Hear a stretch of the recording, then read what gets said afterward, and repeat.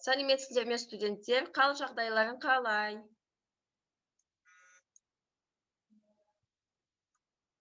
Мен даусым естіле ме? Естіліп тұр. Жақсы. Бүгін бізде пластикалық анатомия сабағы және де жаңа тақырып бас қаңқасы, ми сүйектері.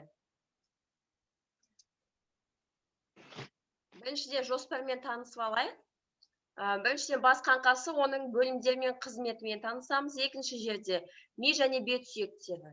Үшінші шүйде сүйегі, оның орналасуы және құрылысы. Төбе сүйегі, оның орналасуы мен құрылысы, сүйектер мен қосылуы. Бесінші самай сүйегі, оның орналасуы мен құрылысы, білімдері, сына тәрізді сүйегі, оның орналасуы, құрылысы, қосылысуы. Торша сүйек, орналасуы мен құрылысы. Бұл материалды мен сендерге өз беттерімен жұмыс жасауға беремін.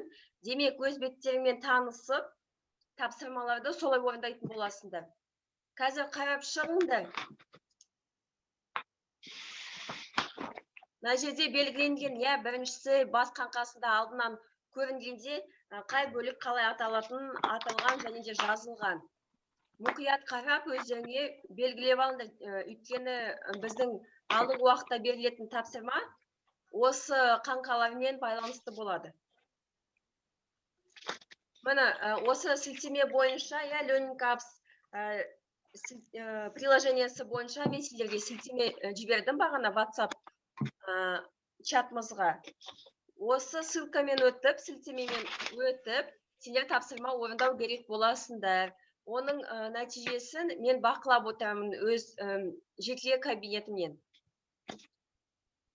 Шүйде сүйек, мені ішкі жағынан, мен әрқайсысын сендерге атап өтпеймін, өйткені бұл өз беттеріңмен танысуға арналған тапсырма. Жақсы ма?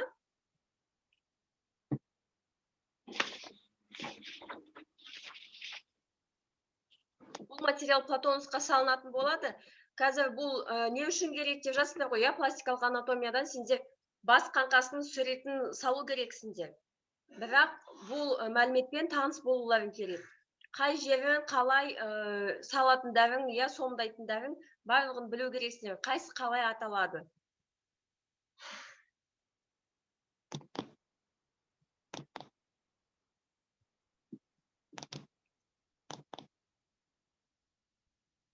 Және де мені екінші тапсырма болады, төбе сүйегінің пішіні қандай, осының ішінен біреуін таңдау керек боласыңдар.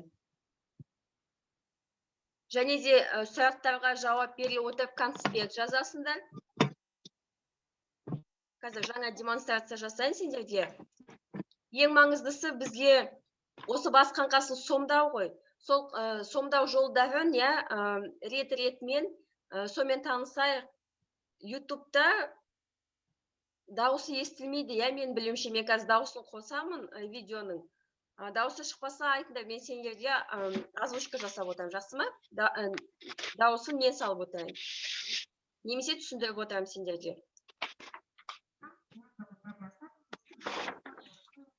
Шықма дауысы? Жоқ, шықпайды, демек. Жақсы, мен өзім сендерге айтып отырамын. Бірақ сендер көріп,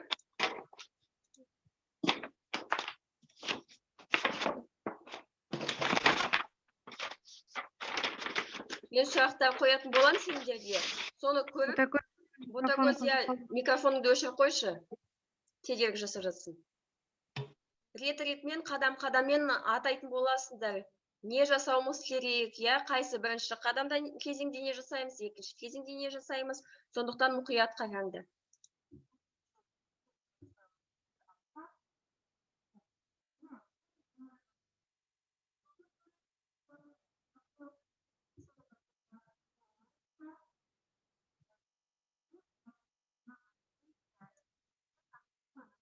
Демек, бұл жерде бас қаңқасын екі жағынан сомдайды. Алдынан және де кішкене профиль дейміз ғой, жанынан.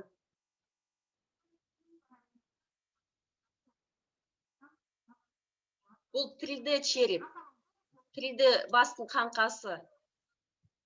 Онда интернеттен, YouTube желісінен тапсаңдар болады, сомдаған кезде. Сендерге ыңғайлы болады. Өз алдыларында 3D форматы жатса, сомда ыңғайлы болады. Өйткені сендердің көз алдыларында нағыз бас қаңқасы жоқ қой, үйде болғандықтарынан, иә? Осы видео арқылы жазсаңдар болады, бейне арқылы, немесе интернет желісінен 3D формасын тауып алып, иә, біздің бас қаңқамыздың, соны сомдасаңдар болады.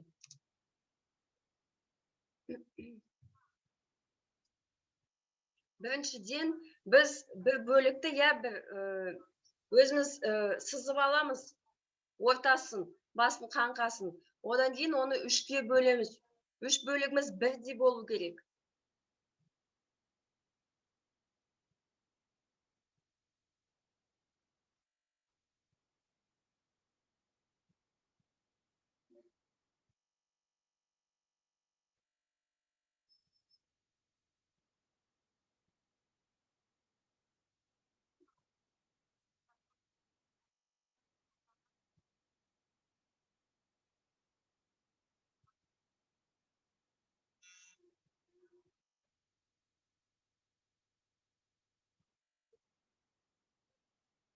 Нәтижесінде қандай шығады міне? Басын қаңқасы жанынан және де алдынан қалай саламыз?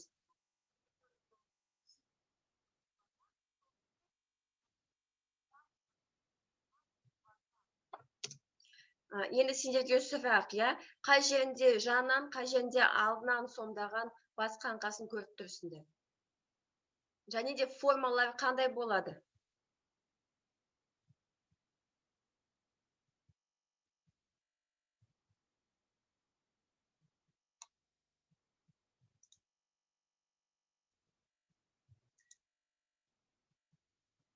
Фотокөз алайықшы. Біріншісі, қай жағынан бейнеленген бас қаңқасы?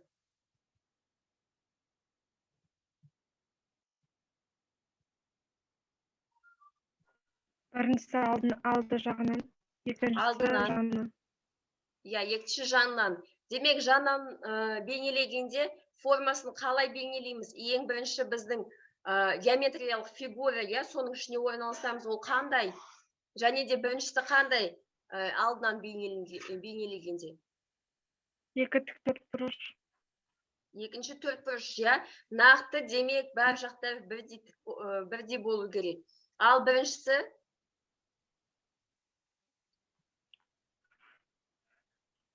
Біріншісі екі төртбұрыш. Жақсы, Нұргүл. Демек, түсінікті, иә. Жанынан бейнеленгенде біз төртбұрышты бірінші бейнелеп алуымыз керек. Одан қарай біз ортасын табамыз, оны 3 бірдей бөлікке бөлеміз. Алдынан сомдағанда да сондай. Сол қадамдарды, сол кезеңдерді сақтай отырып бейнелеу керексіңдер.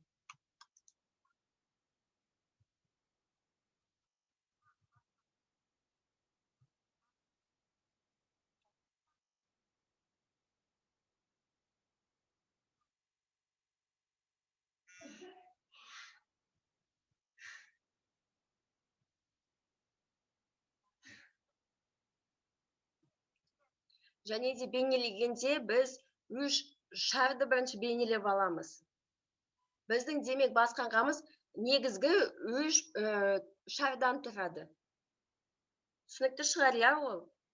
Демек, біз домалақты бейнелеп, сонымен бейнелеп аламыз. Қай мүшеміз, иә, қай жерде орналасқан екен бейнелеп аламыз, сөйтіп көрсетеміз. Осындай оңай қадамдардан бастау керек. Бірден басының формасын салмаймыз. Арт жақты және бет жақты, мына біздің маңдайымыз жақты домалақ бейнелейміз.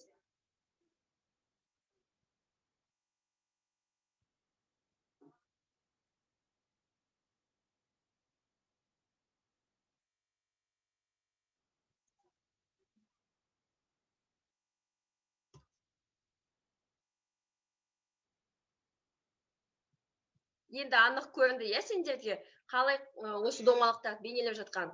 Мына алдыңғы жағы, артқы жағы және де асты.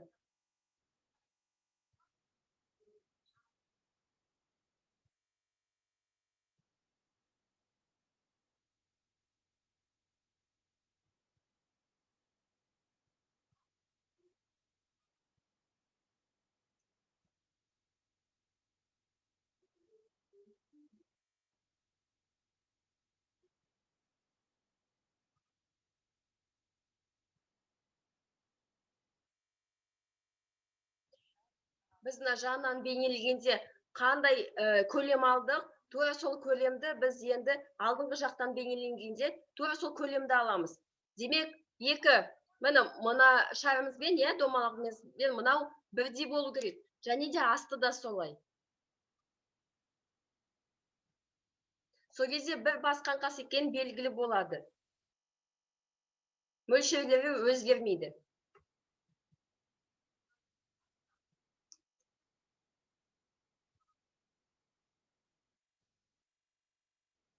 Енді ғана бастың қаңқасы шыққандай болады. Бір көрініс пайда болады.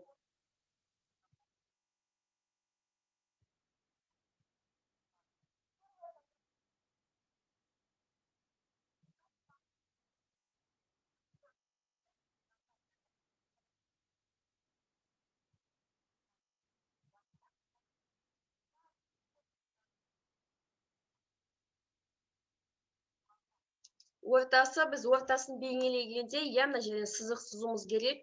Осы біздің төртбұрышымызды сызғанда, ортасын бейнелейміз. Ол ортада, осы сызықта көзімізді сомдау керек боламыз. Демек, біздің көзіміз осы жерде орналасады. Бұл жерден ешқайда кетпеулерің керек, басқа жаққа кет қалмауларың керек. Осы жерде орналасқанда ол дұрыс болып шығады.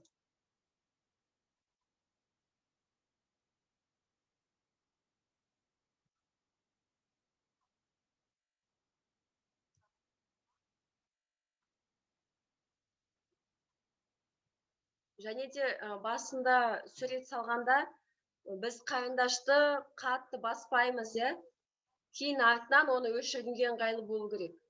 Көрінбеу керек сызықтарымыз біздің, қосымша сызықтарымыз.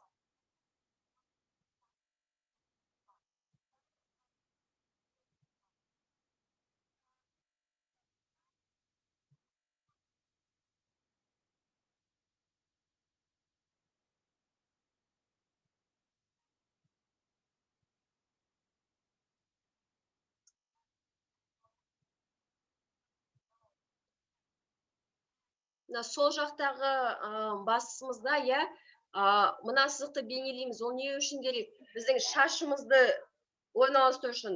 Демек, осы жерден бастап, астына дейін біз бетімізді 3 бірдей бөлікке бөлуіміз керек. Мына жерде шашқа кішкене ғана орын қалдырамыз, және де бұлай 3-ке бөлеміз бетімізді.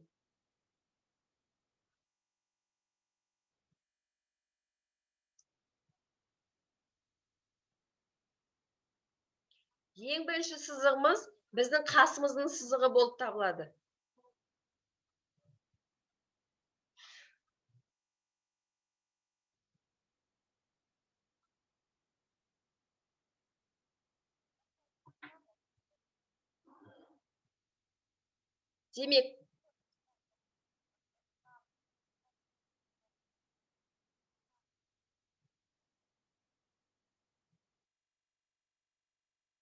Демек, қасымыз қай жерде орналасқан? Міне, қастың орны.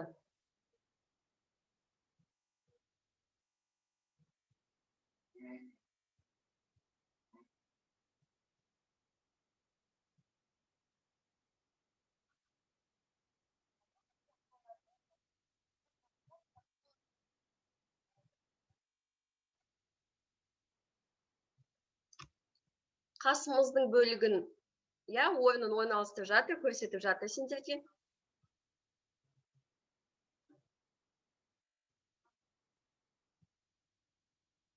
Көрінді, бұлай. Демек, бұлай орналастырамыз. Тік емес, тік сызықты бейнеледік, одан ары қарай дугообразный дейді ғой, соны белгілейміз.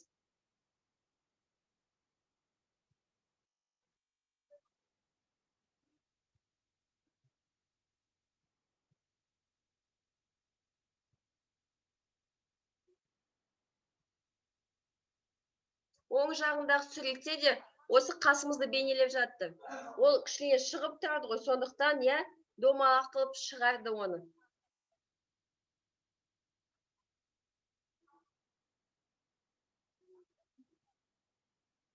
Және де ең астыңғы сызық, ол біздің мұрнымыздың асты.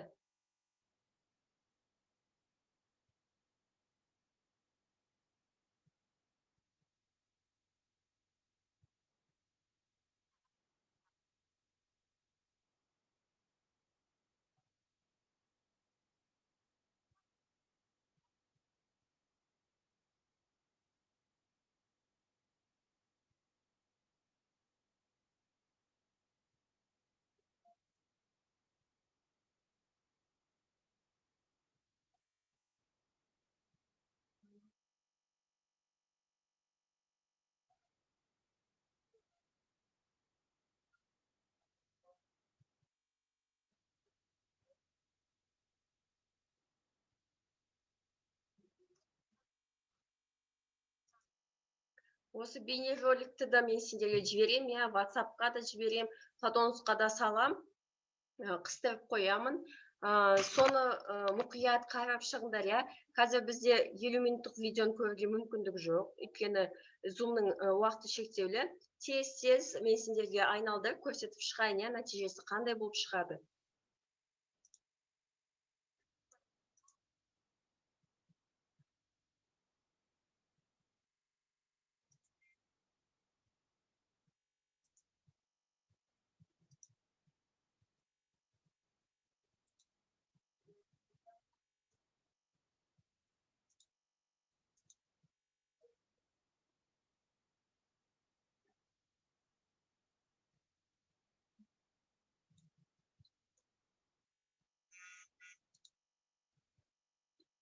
Біздің уақытымыз бітіп бара жатыр екен.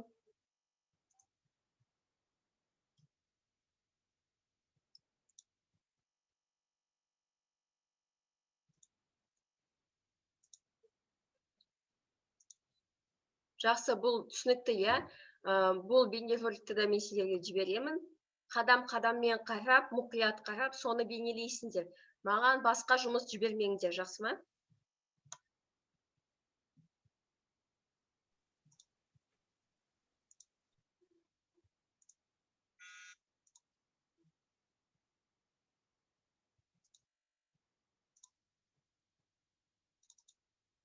Және де бүгінгі сабақ сендерге түсінікті ма?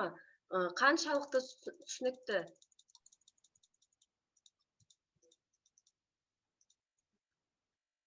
Қаншалықты түсінікті сендер қай жерде орналастырсыңдар қазір, міне өздерің ойлаңдаршы, бейнероликті көрдіңдер, иә? Қалай сомдау керек екенін. Теориялық мәліметпен өздерің жекеше танысасыңдар.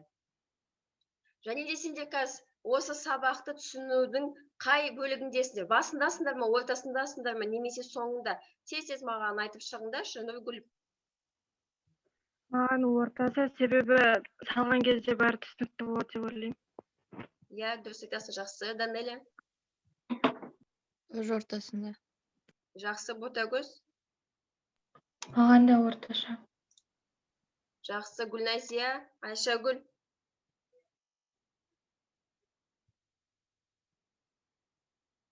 Гүлназия, Айшагүл барсыңдар ма сабақта?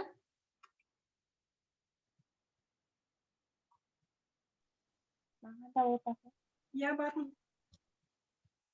Демек, сабақты қалай түсіндің? Қай жеріндесің қазір? Қай кезеңдесің? Басындасың ба, ортасындасың ба, немесе соңындасың ба? Қай уақытта сабаққа қосылдың сен? Бәрі түсінікті ма саған? Қаншалықты түсінікті, және түсінікті болса, қаншалықты түсінікті? Қай деңгейдесің? Маған түсінікті. Мен Қаншалықты? ортасына келдім, сол кезде түсінікті болды. Жақсы, Енді андай Гүлназия. сурет салатын кезде былай түсінікті. Иә. Жақсы. Маған да орташа. Жақсы, демек барлықтардың ортасында әлі де уақыт бар, иә, бізде? Енді ғана бұл сабақ басталды, сондықтан әлі де соңына жетеміз.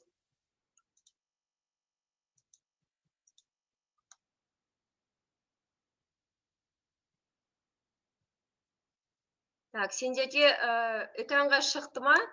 Learning Apps?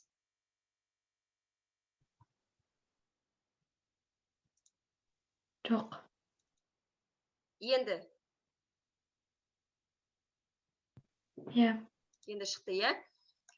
Біздің бүгінгі сабақтың тапсырмасы, иә, бірінші тапсырма айттым ғой, Learning Apps'пен жұмыс жасаймыз деп. Ең бірінші сендер мұқият танысып шығыңдар, иә, мен берген мәліметпен. Танысқаннан кейін осы тапсырманы орындауға кірісесіңдер. Кіріскенде маған белгі бересіңдер, мен сендермен бірге кіремін. Learning Apps'қа және де әрқайсыңды қадағалап отырамын. Кім қаншалықты түсінді, және де қаншалықты дұрыс орналастырды. Бұл жерде суретке мұқият қарап, дұрыс жауап таңда дейді. Демек, әр осы белгіні басамыз, және де бұл қай жер екен белгілейміз. Түсінікті ме? Түсінікті. Әрқайсысын таңдаймыз, және де осы мұнда қай жер бейнеленген екен таңдауымыз керек. Осы берілген 10 ненің ішінен, жауаптың ішінен.